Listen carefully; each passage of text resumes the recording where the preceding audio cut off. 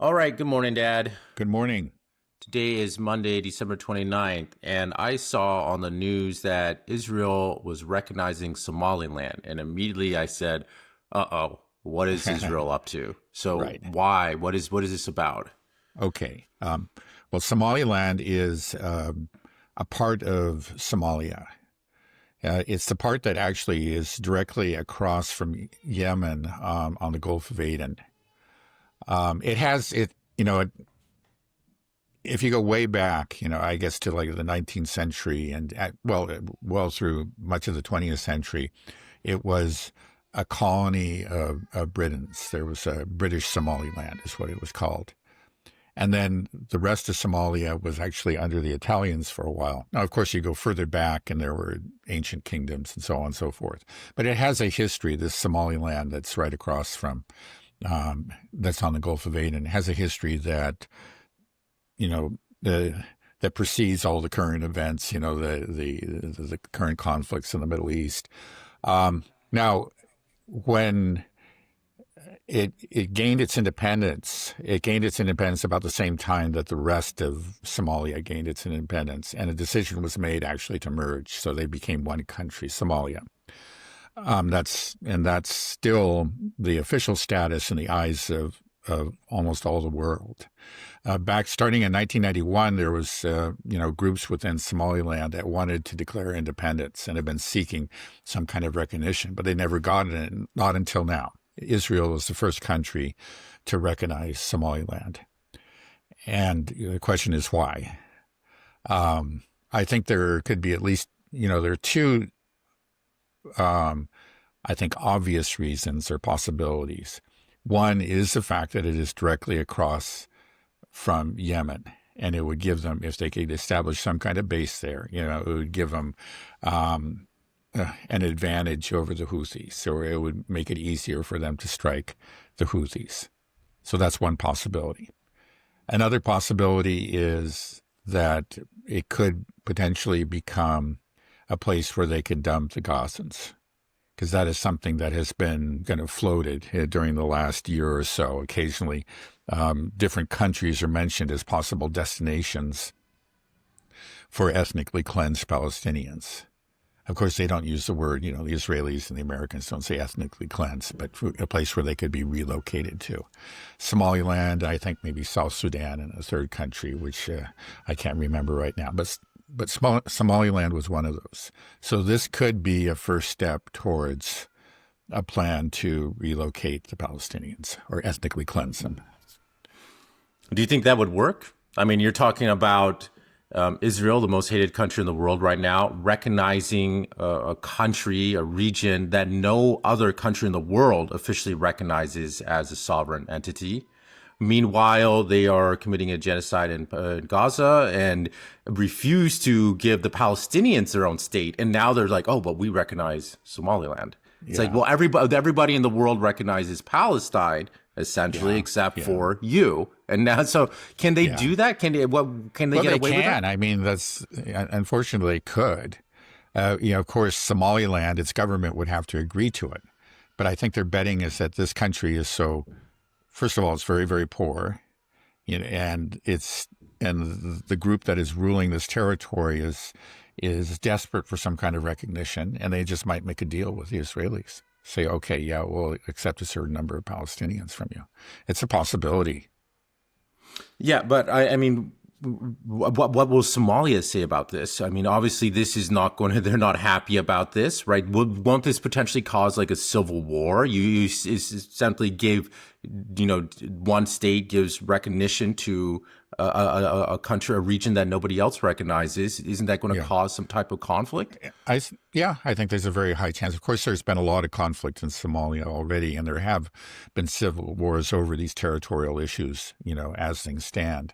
Now, there is this group, that has, I guess you could say, de facto control over that territory that it wants to be recognized as Somaliland.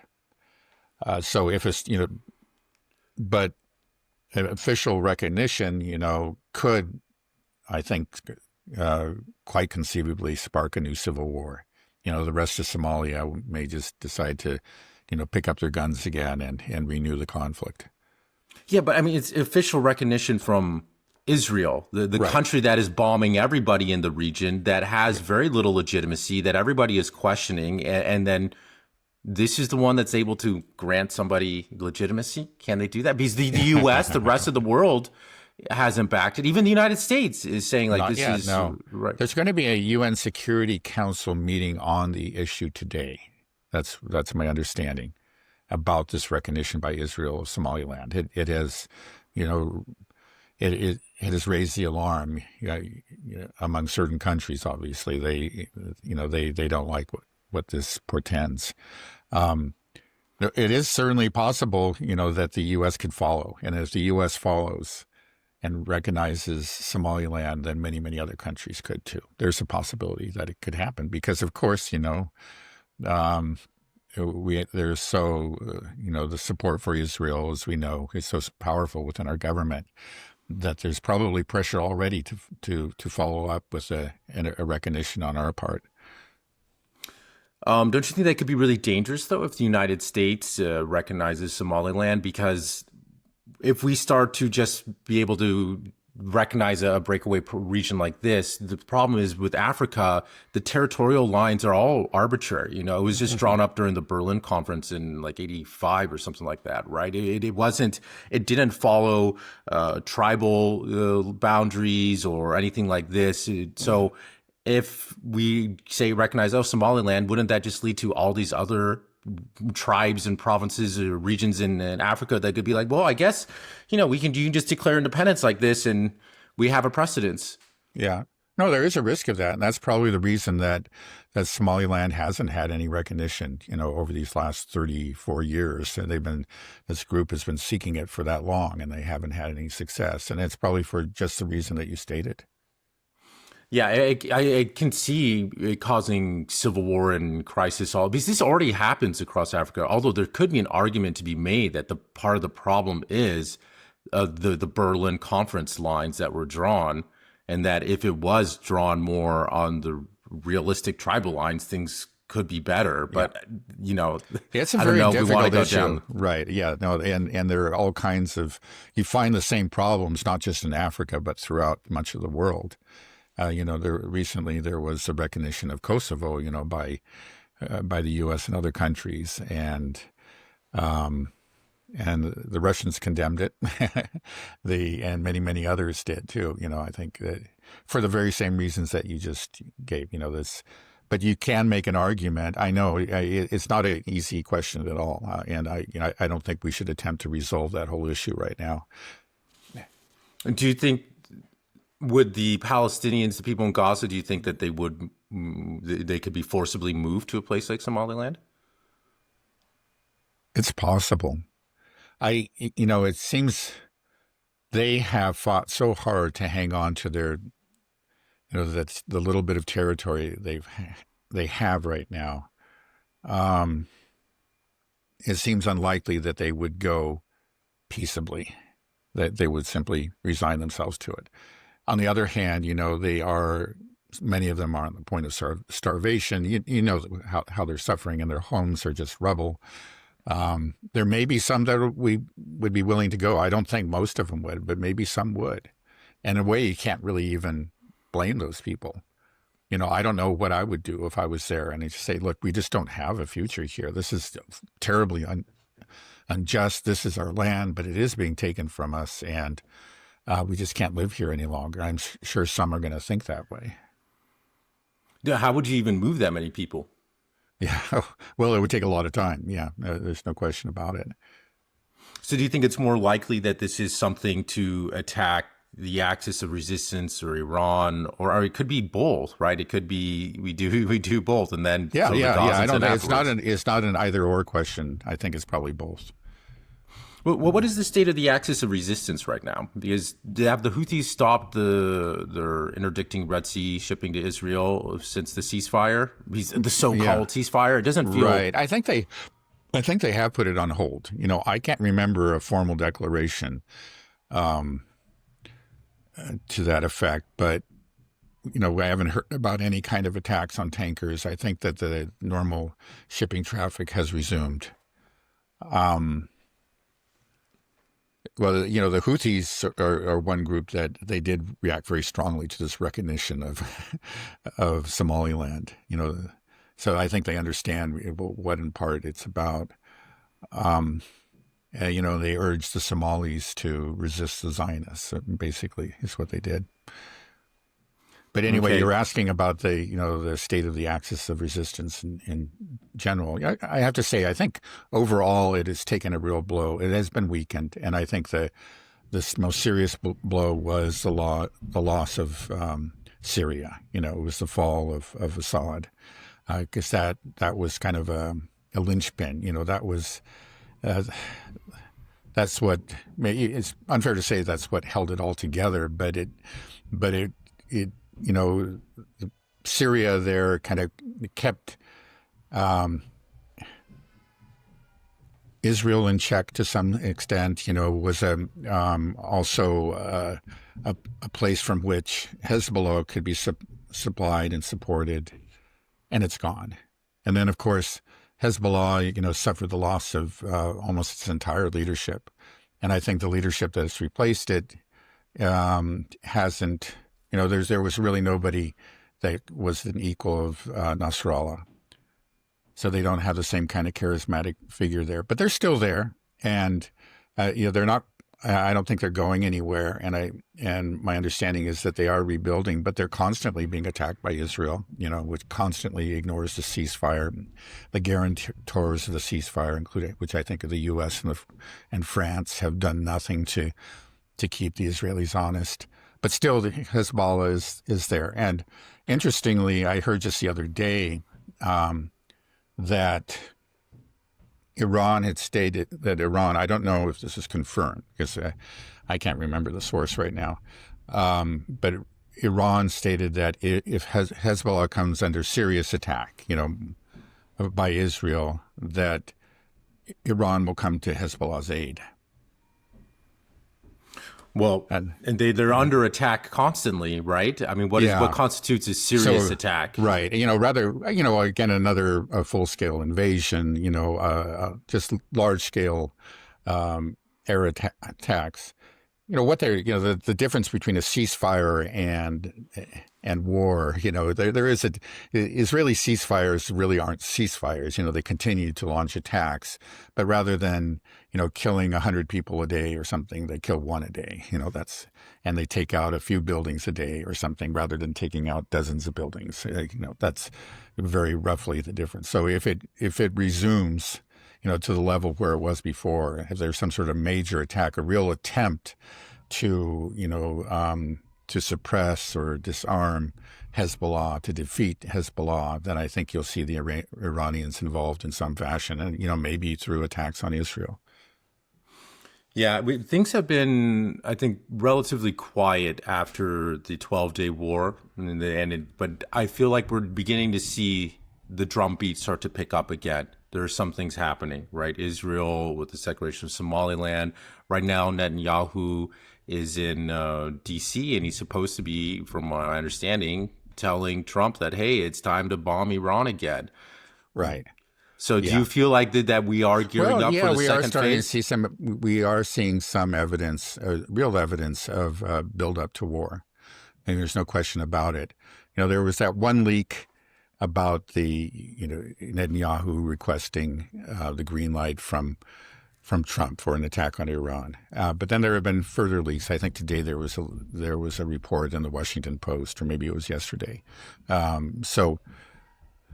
And then I think I just saw some sort of report again in Western media that the Iranians were working to develop weapons of mass destruction, actually chemical and biological warheads for these missiles that they're building and developing. And that just seems typical. That's just something out of the old playbook, that we're very familiar with. But that's a further sign that there's an attempt to prepare the public for some sort of attack on Iran. So, it doesn't mean that it's going to happen tomorrow. These campaigns, these media campaigns can go on for months. But it looks like we're seeing the launch of a campaign to do that.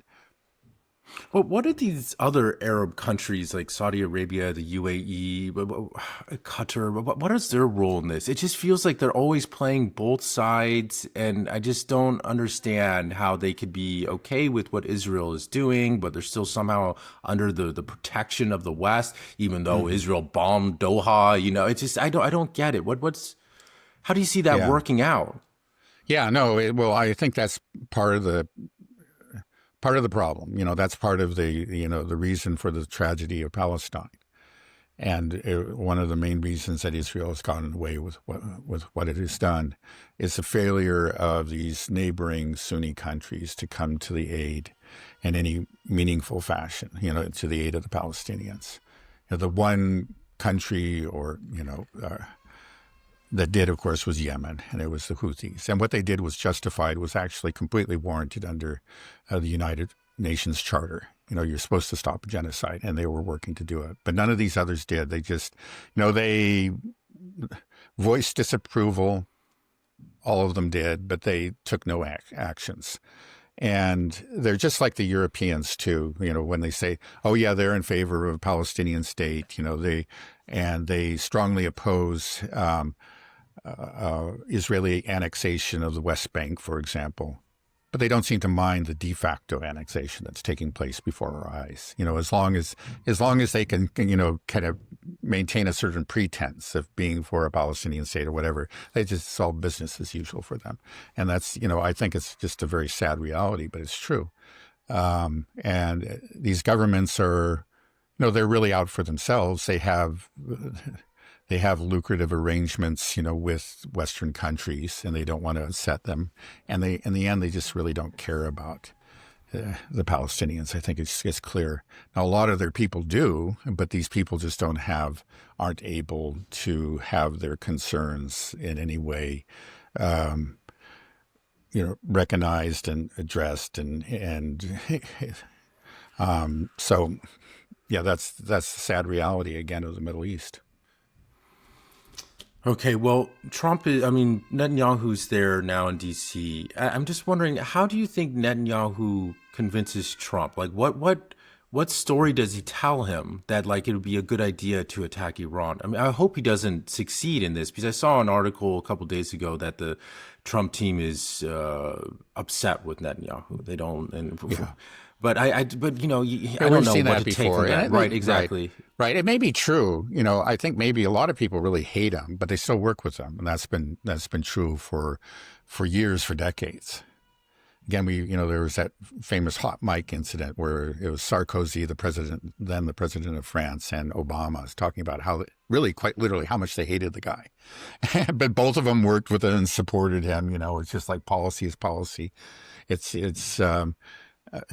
So I don't know. Maybe the Trump people, a lot of them really hate Netanyahu, but they're still Zionists. Yeah, I just wonder, what is it that they could potentially say that could convince Trump or the Trump administration to actually, back Israel on something like this? Or is it the blackmail? Like, what story? He can't come in and throw, I just don't feel like that would work. You have to finesse your way with Trump and stroke his ego Yeah, and this. He right. can't just be like, if you don't do this, then I feel like that would backfire. Yeah, right. But right. it's just, when it's just so contrary to America's interests, and Trump has just said over that he's obliterated the nuclear threat in Iran. It was the greatest thing ever that he did. So, Right. and now less than 6 months later, you're coming back and saying that you got to go bomb again. Yeah, but they're not. The main focus of this is not the nuclear program, so they can accept. Okay, yeah, great. You just said maybe the way they'll approach it is say, that incredible operation of yours that took out the Iranian nuclear program. That was so extraordinary, and all us, all we Israelis, we support it, we celebrate it.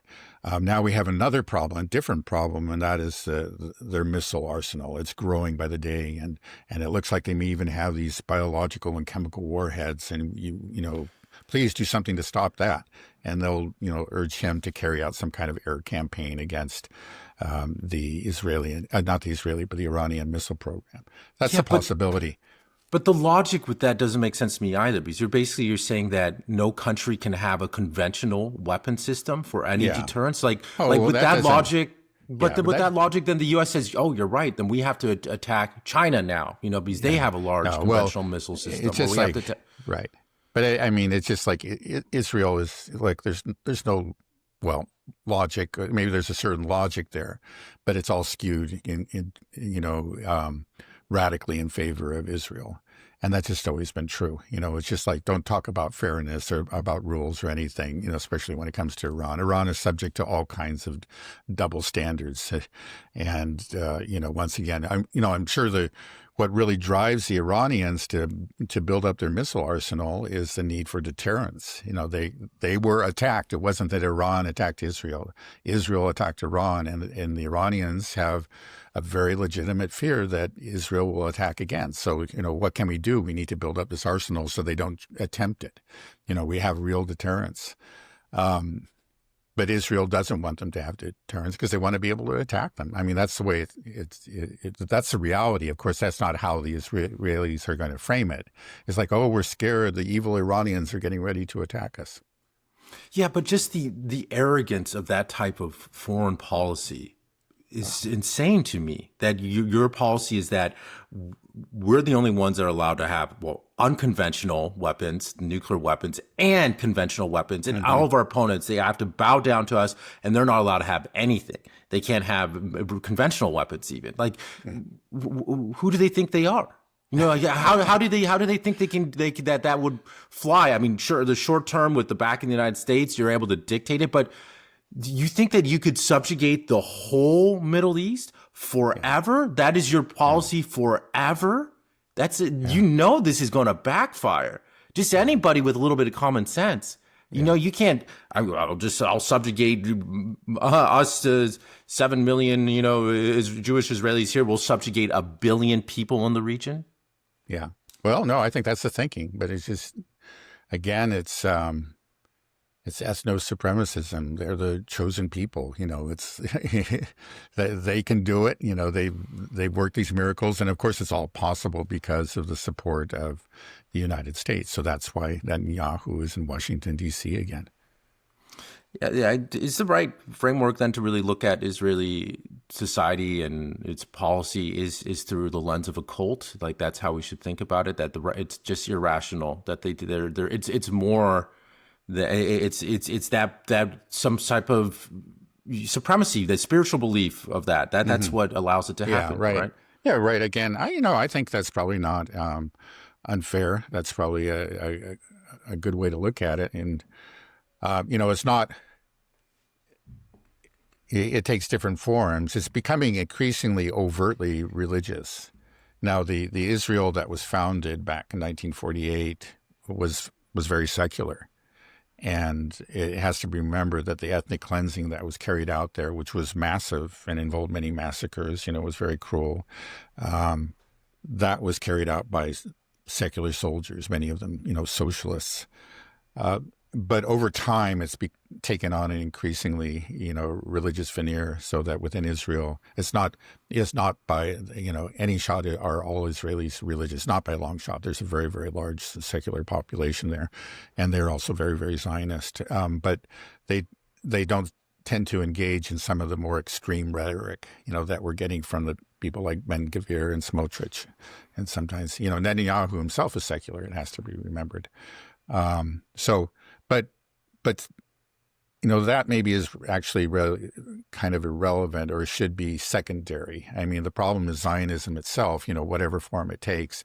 And it is, whether you're the Zionist is secular or religious, it is a kind of spiritual condition. It is this belief in some sort of manifest destiny, for the Jews. And that infects, again, both secular and religious Zionists. Okay, well, I don't know if I want to ask you just like, well, when do you expect things to pop off soon? Yeah, I don't know for sure. Again, back a few months ago, a lot of people were saying there was an attack on Iran was imminent. I just didn't see it. I didn't see any evidence any sort of preparation for an attack. But now we are seeing some. But again, sometimes these campaigns can go on for a long time. Sometimes they can start up and they can die off. It may be, as I pointed out, Netanyahu is not above using the threat of attacking Iran as a bargaining chip. He may actually know the Americans really don't want to say, oh, we don't want to deal with this. This is, but he said, oh, we really have to do this. We Israelis were, okay, well, if you can't do this, could you help me out on this other thing? And what the main concern for Netanyahu, I think, is not Iran by a long shot at present. Is he has a lot of domestic struggles, and I think above all is this, is the peace plan in Gaza. He doesn't really want to go ahead with it, but Trump does, and I'm sure that actually what they're talking about more than anything else is this peace plan. Trump's pressuring him to take the next step, which he doesn't want to take. That would involve inserting these international forces, and also would require the Israelis to pull back further, from the yellow line. And I don't think he really does not want to do either of those things. And so he's going to try to wiggle his way out of that. And maybe the whole Iranian thing is just part of that. Maybe it's a bargaining chip. Maybe not. Maybe he's decided that actually the best thing to do is to have a war with Iran, and then everybody will forget about Gaza or something. Who knows?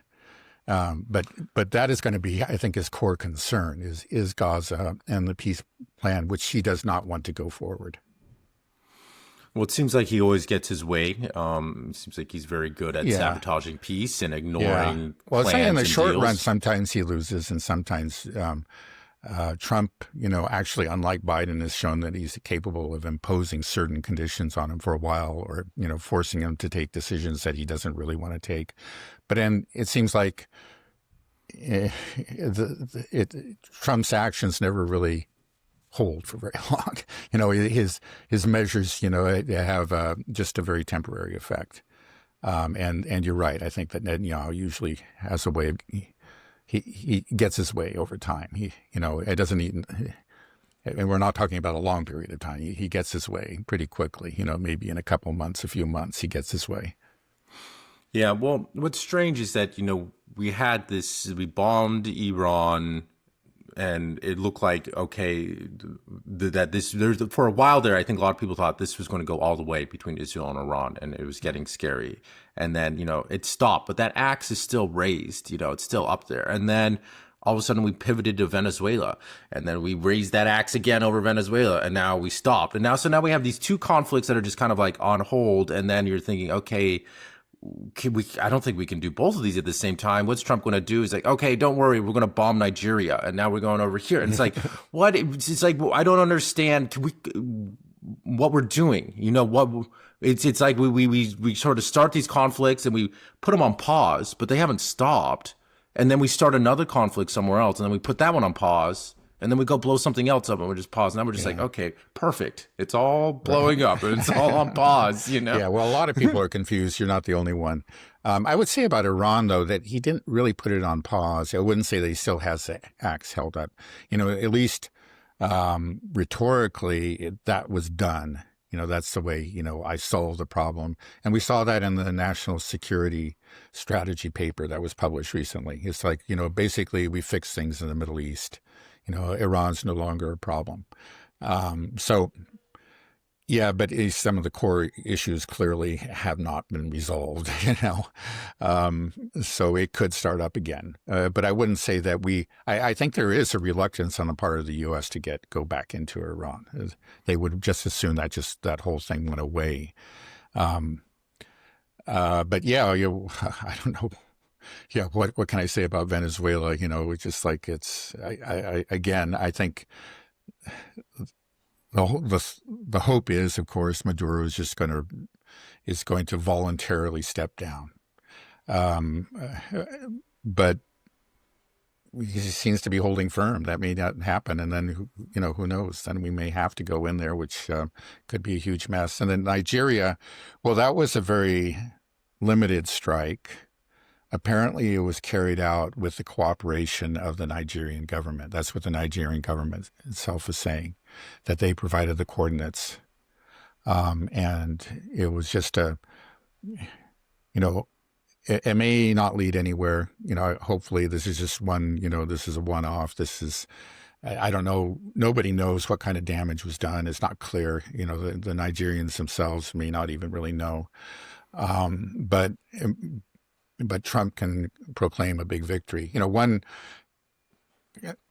bit of, let's say, friction that has occurred between the Nigerian government and Trump is over the framing of the incident. Or Trump wants to highlight the fact that it took place on Christmas Day. He calls it a Christmas present, to ISIS in Nigeria, and that he actually deliberately chose Christmas Day to do that. I find the whole thing just kind of. Killing anybody on Christmas Day. Yeah, it's really. That's not a present. I mean, even if you think they're bad guys, it's just like still. Right. Yeah. We used to have Christmas truces. Right, now exactly. Now we have Christmas attacks, Christmas presents from our enemies. So that's Trump. But anyway, the Nigerians were very, very unhappy about that framing. They said that this had nothing to do with religion, as they put it. It had nothing to do with Christmas. I think because it's a country that's almost evenly divided between Christians and Muslims. And there have been civil wars in the past between Christians and Muslims, and they don't want it to start up again. So they were very unhappy about that kind of framing. Anyway, but maybe, maybe it just will be, it won't go anywhere. It was just one strike. And then, he can declare victory and say he delivered his Christmas present. My hope is that in the case of Venezuela, he'll do the same thing. He'll strike some base in northern Venezuela and say that he took out the narco terrorists and now everything's okay. But he's making it harder and harder to do that. The longer he stays there, and now the talk about the oil. Before, when you limited it to narco terrorism, it would have been easier to find some sort of, some sort of phony victory. But now you're telling us that they stole our oil and that you got to get it back. Well, what is that based on? This idea that they stole our oil? Was it what? Okay, it's just that it was under Hugo Chavez that the oil industry was nationalized, which happens, not just in Venezuela. It's happened around the globe. Different countries, a government will decide to nationalize. Take ownership of these oil facilities, and now they compensated a number of these oil companies, and I think some of the oil companies have just accepted that and said, okay, that's fine, that's fair, we're out of here, but we got our compensation. My understanding is that maybe at least one or two, or I don't know how many different oil companies have cases in arbitration, that are being arbitrated in some courts. I don't know what these courts are, but there are international courts that arbitrate these kind of issues. Because this is something that comes out. That's being arbitrated. There is going to be some sort of judgment that's going to come down, and then either Venezuela will have to provide more compensation or they will not. Depending on what decision is made. But the process is already in place to take care of these issues. So this declaration, all of a sudden they stole our oil, now we get to attack them, is just ridiculous. Well, we did steal Chinese oil. Who compensates the Chinese for that? Yeah, the U.S. isn't going to pay for it, right? I find that, I still find it remarkable. I mean, that first of all, that we would do that, and I've heard very little about it. Yeah, I cannot. If this indeed has happened, and I think there's been at least two cases of Chinese ships that were actually, one was attacked by the Ukrainians, I think severely damaged in the Black Sea. Apparently that was it was at least owned in Hong Kong and had a Chinese crew on it. And then this other one, it was supposed to have a Panama flag and be actually Chinese with Chinese oil in it, oil that they had bought and were taking to China. And that, you would think that the response, there just has to be. I just can't believe that the Chinese, the China that we now know is going to take that lying down. Maybe they're just trying to work through back channels, let our government know how displeased they are and that you better let that go quickly. And they're just waiting to see what's going to happen. But if it doesn't happen, I'm sure we'll see a response, and a very forceful response.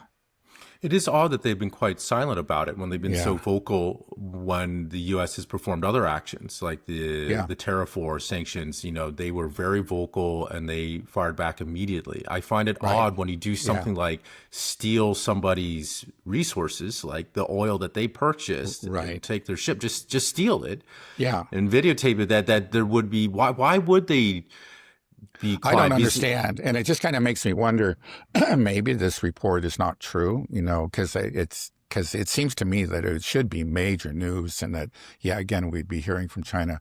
But then there was that earlier report that appeared in the Wall Street Journal about the Americans boarding a Chinese ship headed for Iran and actually confiscating some of the cargo. And again, I find it hard to believe that the Chinese would just take that lying down. So I don't know what's going on. Let's just watch it and see what happens. yeah, well, has there been much going on in East Asia in terms of the tensions between Taiwan and China and Japan? You know, there was a little bit. There's always something brewing there, and Yeah. Well, is that the tensions are still very much there. The Chinese, I think, yeah, I was thinking of the Chinese as Gaoshis. Prime Minister Takaichi, is it? Takaichi? Yeah, Takaichi, that she, maybe expressed not really an apology. She didn't really back down, but she maybe moderated her language slightly. But it was not enough for the Chinese, and the Chinese are still furious. So the tensions are still very much there. And in fact, right now, as we speak, the Chinese are carrying out a major military exercise. Actually, that they're simulating the imposition of a blockade on Taiwan and attacks on American naval vessels. They're doing that now as we speak. So, yeah, the tensions are very much there. It's not just Takaichi, but it's also the Lai Ching-te, which is he is the president of Taiwan, and he again has engaged in very, provocative rhetoric, over the whole issue of Taiwanese independence. He clearly believes in Taiwanese independence, and he just goes right up to that red line and again, just short of declaring it. And so there is a great deal of anger on the part of the mainland Chinese government. And they're with this exercise and through other means, they're trying to demonstrate or put pressure on, the Taiwanese government and to demonstrate, to warn them, that we're serious. Some people say this exercise was actually a response to a very recent sale of U.S. military equipment to Taiwan. It was, it was a very, very large transaction, and again, that greatly displeased the PRC. okay. Yeah, we'll see. I just kind of realized that Americans and just people in the West in general, we love the idea of like, oh, let's support independence for this nation or that nation, but we really don't understand. And we just whenever that language starts to come up, it's just like this. We can't get involved in this type of thing. It's Right. just, Yeah, you have to know the history very well, and just like in Ukraine, it's very complicated. And it's not. We always try to make it black and white, and we always assume that we're on the side of the, of the innocents, and it's just never that simple. It's just never that simple. It wasn't anywhere close to that simple in Ukraine, and the same thing with Taiwan. It's just that if you look at it from the, I can understand the Taiwanese feelings, but I also can understand the way the Chinese feel about it. And again, this is a country that endured decades of humiliation. And, that was carved up basically by foreign powers that intervened, consistently, kept it disunified and weak. And they see the current situation as just an extension of that. It's like the last bit of humiliation. You have the Americans, steaming through the Taiwan Strait and obviously intervening and preventing the unification of Chinese territory. So they're, looking at it from we're fighting their independence. We're attacking their sovereignty. And in fact, on paper, that's what we're doing, because we do admit, this is an understanding that is Chinese territory. But we're not behaving that way. and then another just blatant disregard of sovereignty is the U.S. wanting to take Greenland. Do you think that we might actually do that? Because Trump just says we're like, why are we doing this? It just says national security. That we're just going to take it. Do you think that? I don't know. I mean, obviously we could. Greenland is a very weak country. It's of course it's part of Denmark. But Denmark, just would not be able to defend it against the U.S., especially in this hemisphere. So we could Denmark, but it would just. Maybe it would finally wake up the Europeans, and just make them realize that, wait a second, our enemy is not Russia. Yeah, maybe they can enact Article 5 against the United States, right? Right. Well, what would happen if one NATO country attacks another NATO country? Yeah. Well, one thing, Article 5 is often misunderstood. It's not an automatic response. It's just that if one member is attacked, it can actually ask the others for help, but the others can decide on their own whether or not they want to help. That's really what comes down to. There's no mechanism to force them to come, or any promise to come to the aid of the attacked country. So then it's not really a real security guarantee. It's a security, threat suggestion. Or possibility. Yeah, right. Exactly. So even, recently they were talking about Article 5, like guarantees, security guarantees for Ukraine. They would actually, the ones that they were talking about that would, I think, appear in this 20-point plan would actually be more than Article 5 of NATO promises. Okay, well, let's move over to Ukraine a bit. You're wanting to tell me something about some Russian volunteer corps, the head of that guy. You want to tell me that story, or? Right. Well, I think it's really quite important. The man's name was Denis Kapustin or Nikitin. He had went under different names. I'll just refer to him as Nikitin. He was also known as White Rex, and he had a long, colorful history in what I think could be fairly characterized as neo-Nazi groups throughout the world. He was an important figure in the global neo-Nazi networks.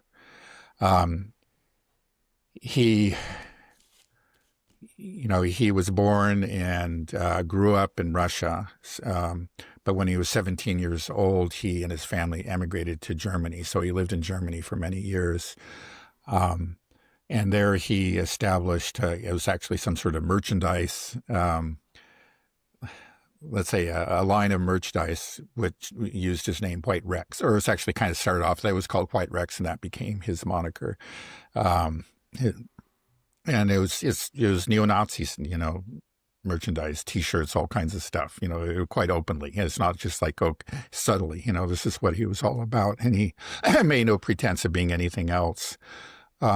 He was one that established, this, what has become sort of a standard practice among, far-right neo-Nazi groups around the world, and that is he established fight clubs. He kind of professionalized that whole concept. They became a kind of entry point into the neo-Nazi movement in places like Europe and Russia, and now apparently, he established a network in Australia that still exists. So again, this is a person of global significance, and the reason that I'm talking about him right now is that he was just the other day, I think just 2-3 days ago, he was killed in Zaporozhye by an FPV drone.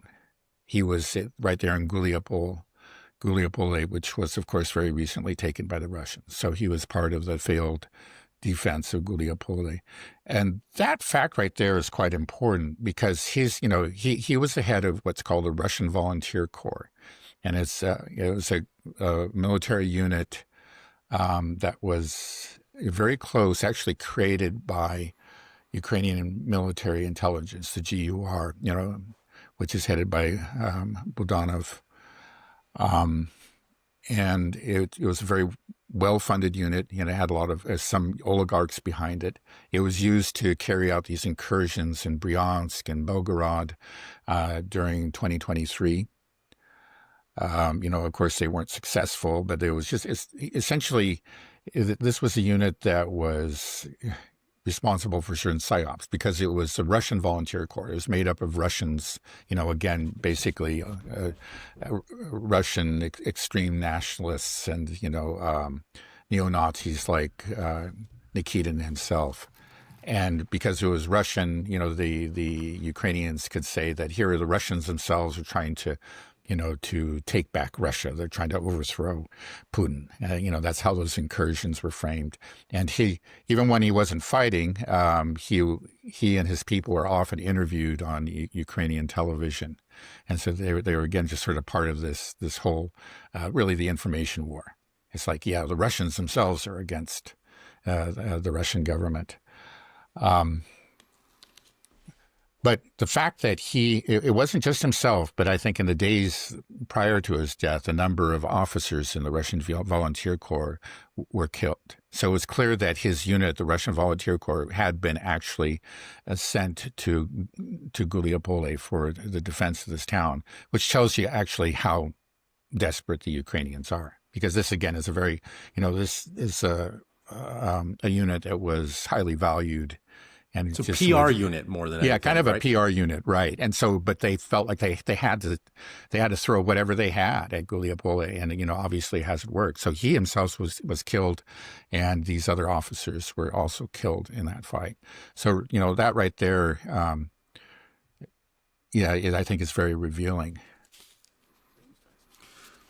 Well, what's the current state of the Ukraine war now? Because I apparently what Trump was supposed to meet with Zelensky, and I've been seeing things in the news and just on X, just sort of, it almost seems like a coordinated push to say how Russia is suffering so heavily. I've been seeing reports that the Russian casualties are now over 1.2 million, and that they're really, Russia's really taking a beating right now. Yeah. Is there something coordinated behind it to coincide with this meeting with Zelensky? And is there just some hope that they can convince Trump that, hey, we actually do got this, you just got to push a little bit more? Yeah, it probably is. I wouldn't be surprised if it is coordinated to some extent to put pressure on Trump or to kind of convince Trump that, oh, yeah, maybe he has some leverage over the Russians. But this is nothing new. We've seen these things happen again and again. It's just really the same old thing. I just haven't even been following it very closely because it's just, like I said, it's just the same old thing. We've seen this before.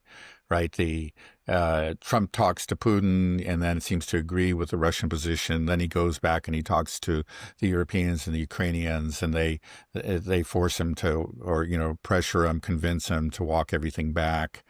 And they're often these media campaigns coordinated with it. And we've just seen it before. It's just Groundhog Days. It's happened before, and it's going to happen again. And I don't think it's going anywhere. It's just no chance that it will.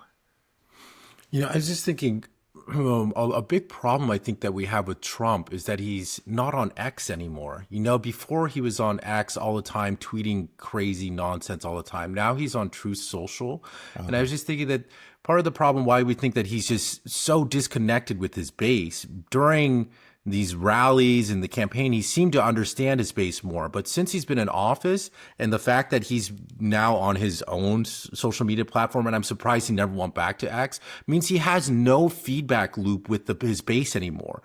I just think if he was on X, he probably would have a better idea of what was going on and how people are really upset with Israel and Zionism, and he could see the civil war in his own country. But instead, he's been Truman showed in the White House and on his own Truth social media posts, because even his son on X was posting videos at the beginning of of all these press gangs and things like this.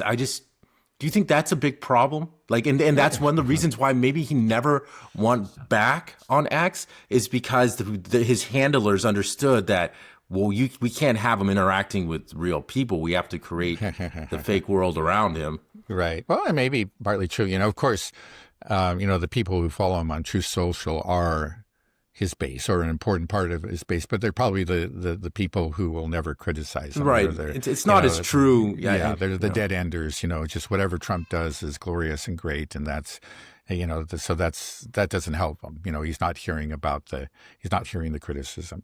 I wouldn't be surprised if half of them are Israelis, to be honest, that are knowing that this is the influence sphere. We got to make sure whenever he says something about Israel, whatever, that we like the crap out of it. I wouldn't be surprised at all. Yeah, no, I wouldn't be either. I think that's quite likely true. Mm. Okay. Well, anyways, I got a little sidetracked there. I don't know if you have anything to comment on that, or do you want to move back to the Ukraine war until we can go back to the Ukraine war? That's fine. Okay. Yeah. Is it wrapping up? No, it's not wrapping up. Again, I as I pointed out, the Russians have a long way to go. But again, the signs are there that the Ukrainian armed forces are in dire straits. And I just gave the example of the Russian Volunteer Corps. Again, that its leader was killed. The fact that they were just there, that they were thrown into that battle and they couldn't hold the line, that tells you how desperate the Ukrainians are. They just don't have the reserves to stop the Russians. The one place where they have been able to stabilize the line is somewhat, or to counter attack with some success, of course, is Kupiansk, as we discussed earlier. But that's just one part, and certainly not the most important point. Everywhere else the Russians are advancing, and I'm sure that they're going to, they'll take back whatever they lost in Kupiansk in due time and move forward from there too.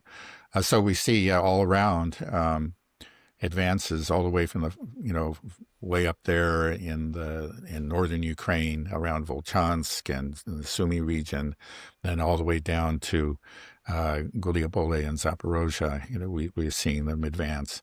Again, it's not a rapid advance. I think it would be a mistake. It's rapid in terms of this war, relatively rapid, but it's not a rapid advance still.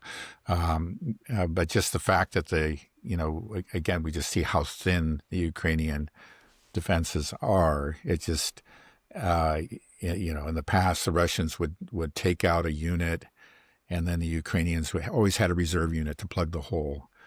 And that, it looks like the Ukrainians just don't have those anymore. So from now on, when the Russians, let's say, grind down some unit on the Ukrainian side, essentially render it combat incapable, there's just going to be a hole in the line. As those holes multiply, then you're going to see, a collapse. I just don't know when it's going to be, but I think it's inevitable unless the Ukrainians can somehow find some more manpower. And it's not clear that they can, but maybe they're going to go for those younger Ukrainians. Obviously, Zelensky has been very, very reluctant to do that. I guess that, he knows that it would be very unpopular, and he's already, his popularity has already suffered greatly over the last couple of years. So even if he does that, then, then we may have political problems. Perhaps it would slow the advance for a while, but then that's, it sounds like it's wrapping up. Yeah, well, again, I know. I think we can see the beginnings of the end, but it just, I guess I'm just reluctant to say that we are right at the end. That it's going to be over in a year. It's just because everything has taken longer than we expected, and we do have the Dnieper to cross in some very difficult territory, to seize and secure. So I am reluctant to say that, we're in the end game. Maybe we're seeing the beginnings of the end game. Maybe that's as far as I would go. Yeah. But especially if they're going to go to Odessa, as for the reasons I gave, that's going to be very challenging. At some point it'll become possible because the Ukrainians are going to be so weak, but we're not there yet. Well, it sounds like Trump thinks that the end is near. He's signaling, I just saw this morning before we started, that he is signaling that he thinks that we're getting close to a deal, and that, I know he said that before, but apparently European military stocks have dropped. And so at least the markets seem to be thinking that potentially maybe there is some, way that we can reach some agreement.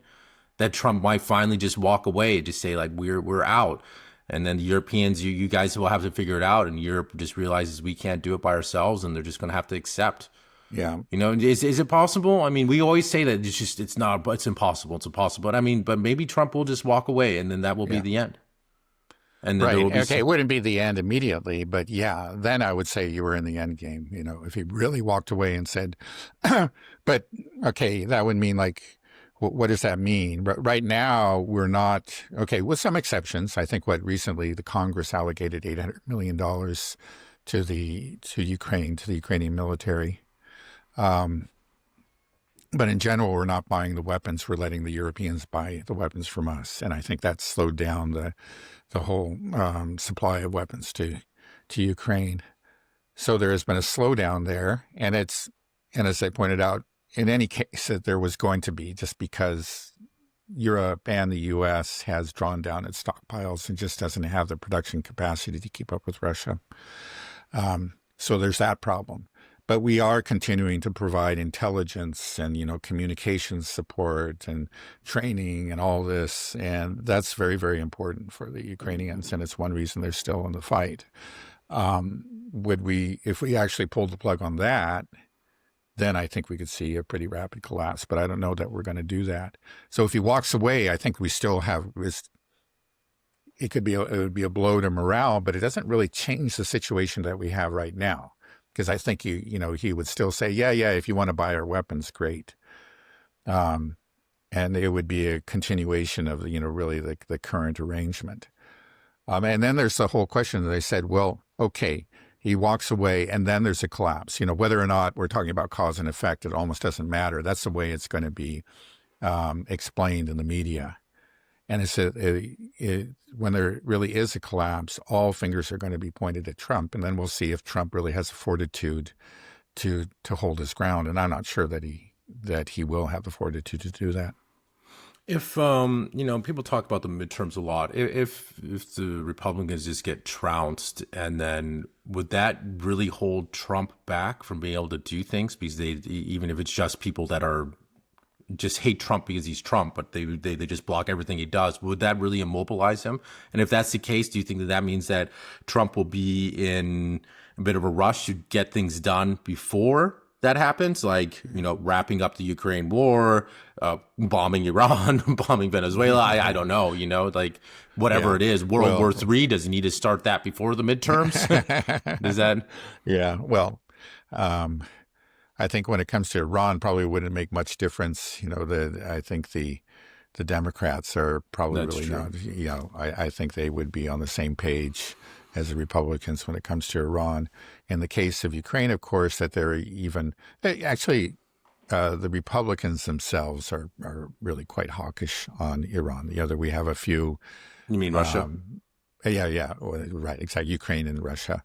The Republicans are really almost equally hawkish. The difference between them and the Democrats is often overstated.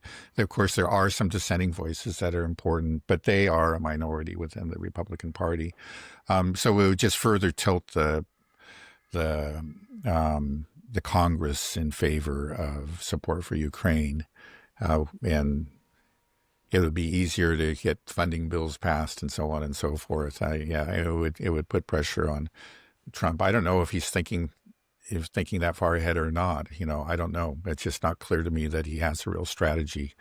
Who knows what he'll do next? You have Lindsey Graham saying, who claims to be I guess is a friend of Trump's, a golfing buddy of his, and demanding that the U.S. starts seizing Russian tankers and fire Tomahawk missiles deep into Russian territory. And he does have Trump's ear, let's be honest. So it's just like, who knows? We've seen Trump do 180s before. He could do it again. I'm just not confident. He might walk away for a while and then walk back. I just don't know. Yeah. Yeah, no, it does seem to really just depend on who is in Trump's inner circle. And it's disappointing to see people like Lindsey Graham and like Mark Levin right there. I think you saw that video of, I don't know, it was some Hanukkah celebration. Yeah. And I know what you're talking about. Mark Levin had his arm around Trump and said, "This year is the first Jewish president." And Trump's like, "It's true." It's true. Yeah, It's like, yeah. It what just is seemed like this? What is it's Mark going on? Levin was getting a little bit too buddy with him. I think Trump seemed to be a little bit uncomfortable. But anyway, yeah, no, I remember that. And yeah, let's not forget, he does want his peace plan, and so there are conflicts between him and Netanyahu. They want different things there. But, let's not forget how deeply embedded he and his administration are in the Zionist camp. Netanyahu might fall from power. He might go, but that doesn't mean that it's the end of Zionism at all. It's just like there's really, there's maybe just a different flavor of Zionism that could take its place. It's not clear. It could be even more radical. Who knows? If Netanyahu is pushed out, he does have his domestic problems. He has those corruption charges. He's really quite unpopular within Israel right now. He could fall from power. He is disliked by a lot of people in the U.S. administration, apparently. But certainly in the Congress, the Democrats really hate him. Even though the Democrats, again, there's with some honorable exceptions, they're solidly Zionist, but they are anti-Netanyahu. So Netanyahu could fall, but I don't know that would really change things there in Israel. Well, it remains to be seen. Okay, well, I think we'll have some answers soon. I mean, this meeting is happening right now. Maybe we'll know, after when this is out, whether or not we're going to go to war with Iran or what's happened with Somaliland. Things are looking like the heat's being turned up in the Middle East, so we'll keep a closer eye on it. Okay. Okay, Dad, I think we can end it there. Sure. Okay, thanks a bunch for an interesting conversation. I'll talk to you soon. All right, very good. Have a good rest of your day. Bye-bye. You too. Okay, bye-bye.